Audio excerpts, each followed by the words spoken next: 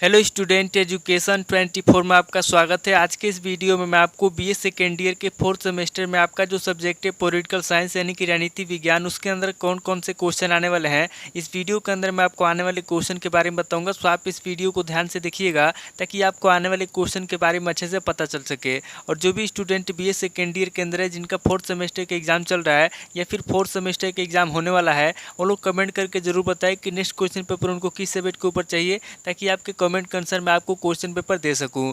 तो ये बिना किसी देरी के हम लोग शुरू करते हैं और पॉलिटिकल साइंस के अंदर जो भी क्वेश्चन आने वाले हैं उन आने वाले क्वेश्चन के बारे में जानते हैं। तो यहाँ पे सबसे पहले हम लोग अति लघु उत्तरीय प्रश्नों के बारे में जानेंगे। तो अति लघु उत्तरीय प्रश्नों में पहले प्रश्न की बात की जाए तो यहाँ पे आपका पहला प्रश्न दिया हुआ है, लाख के प्राकृतिक अधिकार संबंधी विचार बताइए। पहला प्रश्न कह रहा है जो लाख है, यहाँ पे आपको लाख के प्राकृतिक अधिकार संबंधी विचार बताना है। अब अगले क्वेश्चन की बात की जाए तो यहाँ पे आपका दूसरा क्वेश्चन दिया हुआ है, सामान्य इच्छा और सर्व संपत्ति में अंतर कीजिए। दूसरा क्वेश्चन कह रहा है जो सामान्य इच्छा है और जो सर्व संपत्ति है उसमें क्या अंतर है। यहाँ पे आपको सामान्य इच्छा और सर्व संपत्ति में अंतर बताना है। अब अगले क्वेश्चन की बात की जाए तो यहाँ पे आपका तीसरा क्वेश्चन दिया हुआ है, स्वतंत्रता पर मिल के विचार बताइए। तीसरा क्वेश्चन कह रहा है जो स्वतंत्रता है, यहाँ पे आपको स्वतंत्रता पर मिल के विचार बताना है। अब अगले क्वेश्चन की बात की जाए तो यहाँ पे आपका चौथा क्वेश्चन दिया हुआ है, दासता पर संत थॉमस एक्विनास के विचार बताइए। चौथा क्वेश्चन कह रहा है जो दासता है, यहाँ पे आपको दासता पर संत थॉमस एक्विनास के विचार बताना है। अब अगले क्वेश्चन की बात की जाए तो यहाँ पे आपका पांचवा क्वेश्चन दिया हुआ है, उपयोगितावाद के 4 सिद्धांत लिखिए। पांचवा क्वेश्चन कह रहा है जो उपयोगितावाद है, यहाँ पे आपको उपयोगितावाद के 4 सिद्धांत लिखना है। अब अगले क्वेश्चन की बात की जाए तो यहाँ पे आपका छठा क्वेश्चन दिया हुआ है, दो तलवारों का सिद्धांत क्या है। दूसरे क्वेश्चन कह रहा है कि दो तलवारों का सिद्धांत क्या है, यहाँ पे आपको दो तलवारों का सिद्धांत बताना है। अब अगले क्वेश्चन की बात की जाए तो यहाँ पे आपका सातवां क्वेश्चन दिया हुआ है, राज्य के बारे में एक्विनास के क्या विचार हैं। सातवां क्वेश्चन कह रहा है जो एक्विनास है, यहाँ पे आपको बताना है कि राज्य के बारे में एक्विनास के क्या विचार हैं। अब अगले क्वेश्चन की बात की जाए तो यहाँ पे आपका आठवां क्वेश्चन दिया हुआ है, बोधक के अनुसार संप्रभुता की परिभाषा क्या है। आठवां क्वेश्चन कह रहा है जो संप्रभुता है, यहाँ पे आपको बताना है कि बोधक के अनुसार संप्रभुता की परिभाषा क्या है। अब अगले क्वेश्चन की बात की जाए तो यहाँ पे आपका नवा क्वेश्चन दिया हुआ है, सीसरो के राज्य संबंधी विचार बताइए। नवा क्वेश्चन कह रहा है जो सीसरो है, यहाँ पे आपको सीसरो के राज्य संबंधी विचार बताना है। अब अगले क्वेश्चन की बात की जाए तो यहाँ पे आपका 10वां क्वेश्चन दिया हुआ है, क्रांति पर अरस्तु के विचार बताइए। 10वां क्वेश्चन कह रहा है जो क्रांति है, यहाँ पे आपको क्रांति पर अरस्तु के विचार बताना है। अगले क्वेश्चन की बात की जाए तो यहाँ पे आपका 11वां क्वेश्चन दिया हुआ है, प्लेटो के आदर्श राज्य का सिद्धांत बताइए। 11वां क्वेश्चन कह रहा है जो प्लेटो का आदर्श राज्य का सिद्धांत है, यहाँ पे आपको प्लेटो का आदर्श राज्य का सिद्धांत बताना है। अब अगले क्वेश्चन की बात की जाए तो यहाँ पे आपका 12वां क्वेश्चन दिया हुआ है, समानता पर लास्की के विचार बताइए। 12वां क्वेश्चन कह रहा है जो समानता है, यहाँ पे आपको समानता पर लास्की के विचार बताना है। अब अगले क्वेश्चन की बात की जाए तो यहाँ पे आपका 13वां क्वेश्चन दिया हुआ है, प्लेटो का न्याय सिद्धांत बताइए। 13वां क्वेश्चन कह रहा है जो प्लेटो का न्याय सिद्धांत है, यहाँ पे आपको प्लेटो का न्याय सिद्धांत बताना है। अब अगले क्वेश्चन की बात की जाए तो यहाँ पे आपका 14वां क्वेश्चन दिया हुआ है, चर्च राज्य विवाद के विभिन्न चरण बताइए। 14वां क्वेश्चन कह रहा है जो चर्च राज्य विवाद है उसके विभिन्न चरण कौन कौन से हैं, यहाँ पे आपको चर्च राज्य विवाद के विभिन्न चरण बताना है। तो टोटल आपके 14 क्वेश्चन हो गए जो आपसे अति लघु उत्तरीय प्रश्न में पूछे जाएंगे। अब आगे हम लोग लघु उत्तरीय प्रश्नों के बारे में जानेंगे। तो यहाँ पे लघु उत्तरीय प्रश्नों में पहले प्रश्न की बात की जाए तो यहाँ पे आपका पहला प्रश्न दिया हुआ है, जॉन राल्स के सिद्धांत की आलोचनात्मक व्याख्या कीजिए।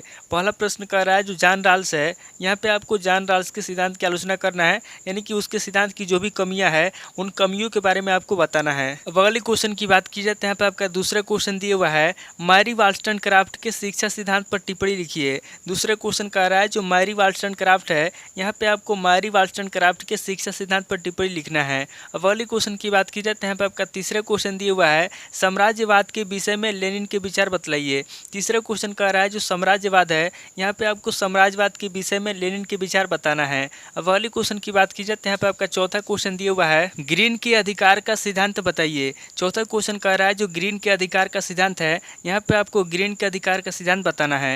अब अगले क्वेश्चन की बात की जाए तो यहाँ पे आपका पांचवा क्वेश्चन दिया हुआ है, ग्रीन के युद्ध संबंधी विचारों की संक्षिप्त व्याख्या कीजिए। पांचवा क्वेश्चन कह रहा है जो ग्रीन है, यहाँ पे आपको ग्रीन के युद्ध संबंधी विचारों की संक्षिप्त व्याख्या करना है। अब अगले क्वेश्चन की बात की जाए तो यहाँ पे आपका छठा क्वेश्चन दिया हुआ है, मार्क्स द्वारा प्रतिपादित अतिरिक्त मूल्य का सिद्धांत बताइए। छठा क्वेश्चन कह रहा है जो मार्क्स है, यहाँ पे आपको मार्क्स द्वारा प्रतिपादित अतिरिक्त मूल्य का सिद्धांत बताना है। अब अगले क्वेश्चन की बात की जाए तो यहाँ पे आपका सातवां क्वेश्चन दिया हुआ है, हीगल के द्वंद्ववादी सिद्धांत की विवेचना कीजिए। सातवां क्वेश्चन कह रहा है जो हीगल है, यहाँ पे आपको हीगल के द्वंद्ववादी सिद्धांत की विवेचना करना है। अब अगले क्वेश्चन की बात की जाए तो यहाँ पे आपका आठवां क्वेश्चन दिया हुआ है वर्ग के राजनीतिक दल का विषयक विचार बताइए। 8वां क्वेश्चन कह रहा है जो वर्ग है यहाँ पे आपको वर्ग के राजनीतिक दल विषयक विचार बताना है। अब अगले क्वेश्चन की बात की जाए तो यहाँ पे आपका 9वां क्वेश्चन दिया हुआ है लास्की के राजनीतिक विचारों का परीक्षण कीजिए।